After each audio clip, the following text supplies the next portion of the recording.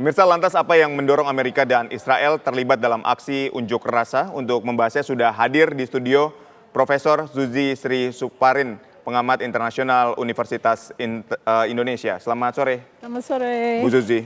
Bu Zuzi, ini Iran menuding Amerika Serikat dan Israel ini terlibat dalam kerusuhan. Apakah menurut Anda betul apa yang dituduhkan oleh Iran dan apa indikatornya? Selalulah, kan mereka membidik anak-anak muda yang nggak pernah merasakan kekejaman Syah Iran ya. Jadi mereka belum tahu bagaimana di bawah kerajaan itu. Jadi mereka dengan sendirinya mudah untuk didorong untuk melakukan rasa-rasa ketidakpuasan agar terekspresi. Juga ekonominya sedang sulit. Jadi memang itu tantangan besar karena mereka kan masih muda ya, seperti anak-anak muda Gen Z Indonesia saja gitu loh. Jadi kalau mereka mudah terprovokasi ya masuk akal lah. Apakah hanya mudah terprovokasi atau betul tudingan Iran bahwa ini ada ISIS yang disusupkan oleh Amerika untuk membuat kekacauan di dalamnya?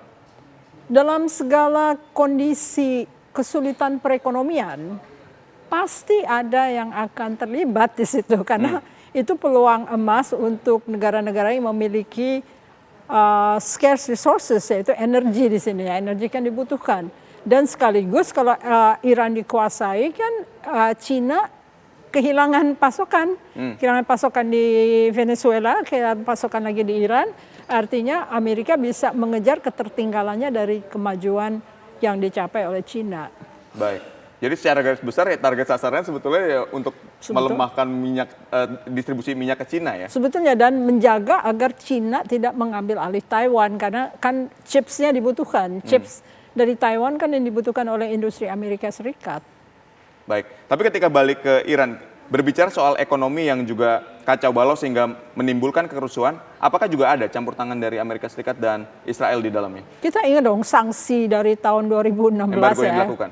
Sanksi banyak sekali hanya di masa Obama sedikit agak reda karena Obama membiarkan uang-uang Iran kembali setelah mereka menandatangani JCPOA ya. Tapi itu tidak segera lancar karena akhirnya kan Donald Trump berkuasa lalu dia meniadakan perdamaian itu dan mulai lagi sanksi itu dirasakan oleh rakyat Iran. Jadi mereka ekonomi porak-poranda bukan karena dengan sendirinya ekonomi porak-poranda, tapi karena disebabkan oleh sanksi-sanksi yang terlalu berat ya. Ada permainan geoekonomi yang dilakukan oleh Amerika Serikat tentunya ya? Hanya itu alatnya. Baik. Ya. Baik, lalu sebetulnya apa tujuan dari Amerika dan Israel ini ingin terjadi kerusuhan di Iran? Menurut analisis Anda, step berikutnya apa yang akan dilakukan oleh Amerika Serikat? Kalau Jeffrey Sachs, kalau saya mengutip Jeffrey Sachs, dia akan bilang, emang Israel itu obsesi untuk menjatuhkan Iran karena dia takut ya tentang kekuatan Iran. Iran kan bekas empire ya, dia pandai dan dia juga secara teknologi maju, itu bisa mengalahkan Israel kalau dia sendiri tanpa bantuan Amerika Serikat. Kebetulan Amerika Serikat adalah pemimpin MAGA ini yang memang akan menunjukkan bahwa American exceptionalism itu dalam artian hard power, bukan lagi soft power ya. Baik, selain faktor inflasi kemudian ekonomi, ini kan juga ada keinginan untuk menggulingkan rezim Republik Islam. Dari dulu lah. Lalu bagaimana dengan loyalis-loyalis? Ini kan kita melihat ada loyalis di dalamnya terhadap kepemimpinan Syekh Iran yang sekarang. Kalau menurut Duta Besar Dian Wirangjuriyut yang berpengalaman untuk tinggal di sana, sebenarnya rakyat Iran yang di bawah dan di desa-desa itu nggak terdampak oleh kondisi ekonomi ini karena segala macam tersedia dan hubungan mereka kemanusiaan terhadap satu sama lain dan tidak sama sekali merasakan kesusahan yang terjadi di kalangan middle class atau orang-orang muda yang baru yang bergerak untuk menggulingkan Khamenei. Lalu bagaimana dengan ancaman Iran yang begitu tegas menyatakan kalau Amerika ingin menggunakan kekuatan militer, Iran siap berperang melawan Amerika, dan ini sudah disampaikan berkali-kali dan dibuktikan dengan tindakan yang nyata oleh Iran. Mereka sanggup. Pertama yang akan dibom adalah Israel. Lalu basis-basis militer Amerika Serikat kan tersebar di Middle East ya. Jadi tinggal seperti mereka hancurkan di Qatar itu ya.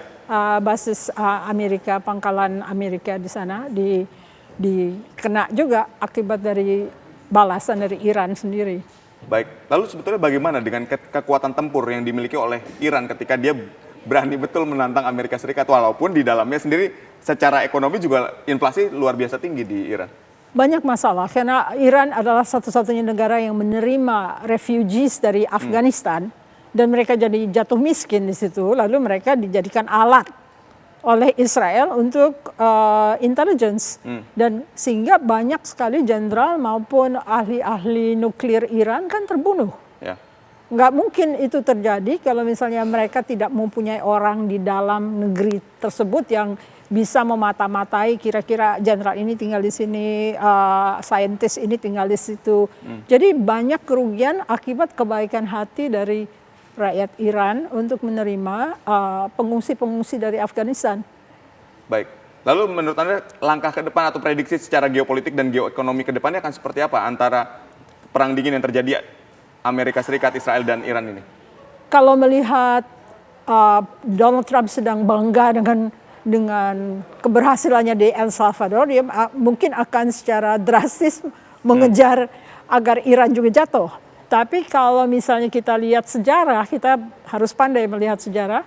Iran itu beda, orang Persia itu sangat empire prone ya, jadi mereka kayak cukup kuat dalam artian intelektual, scientific dan sebagainya. Jadi kalau misalnya terjadi intrusi yang lebih dahsyat kepada rakyat Iran, tentunya mereka akan bersatu padu justru membela negaranya. Baik. Lalu dampak terhadap Indonesia sendiri dari ketegangan antara negara-negara besar ini? Seharusnya kita menjadi penengah. Selama ini kan Indonesia menjadi penengah untuk konflik-konflik macam-macam. Tetapi kelihatannya kita belum siap karena kita juga menghadapi berbagai tantangan di dalam negeri ya, sehingga akhirnya hanya mengusulkan ikut terlibat dalam pengamanan Gaza nantinya kalau itu benar-benar terwujud. Tapi sekarang kita bertanya-tanya apakah memang sampai ke stase kedua dari perdamaian tersebut. Baik, terima kasih Bu Suzy Sri Suparin, pengamat hubungan internasional UI telah berdialog bersama kami. Sehat dan sukses selalu untuk Anda. Terima kasih. Pemirsa, lantas apa yang mendorong Amerika dan Israel terlibat dalam aksi unjuk rasa? Untuk membahasnya sudah hadir di studio Profesor Suzy Sri Suparin, pengamat internasional Universitas Indonesia. Selamat sore. Selamat sore. Bu Suzy. Bu Suzy, ini Iran menuding Amerika Serikat dan Israel ini terlibat dalam kerusuhan. Apakah menurut Anda betul apa yang dituduhkan oleh Iran dan apa indikatornya? Selalulah. Kan mereka membidik anak-anak muda yang nggak pernah merasakan kekejaman Syah Iran ya. Jadi mereka belum tahu bagaimana di bawah kerajaan itu. Jadi mereka dengan sendirinya mudah untuk didorong untuk melakukan rasa-rasa ketidakpuasan agar terekspresi. Juga ekonominya sedang sulit.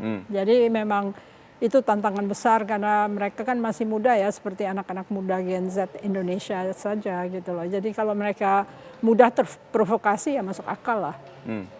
Apakah hanya mudah terprovokasi atau betul tudingan Iran bahwa ini ada ISIS yang disusupkan oleh Amerika untuk membuat kekacauan di dalamnya? Dalam segala kondisi kesulitan perekonomian, pasti ada yang akan terlibat di situ karena itu peluang emas untuk negara-negara yang memiliki scarce resources, yaitu energi di sini ya. Energi kan dibutuhkan. Dan sekaligus kalau Iran dikuasai kan Cina kehilangan pasokan. Kehilangan pasokan di Venezuela, kehilangan pasokan lagi di Iran. Artinya Amerika bisa mengejar ketertinggalannya dari kemajuan yang dicapai oleh Cina. Baik. Jadi secara garis besar ya target sasarannya sebetulnya ya untuk melemahkan distribusi minyak ke Cina ya? Sebetulnya, dan menjaga agar Cina tidak mengambil alih Taiwan karena kan chipsnya dibutuhkan. Chips dari Taiwan kan yang dibutuhkan oleh industri Amerika Serikat.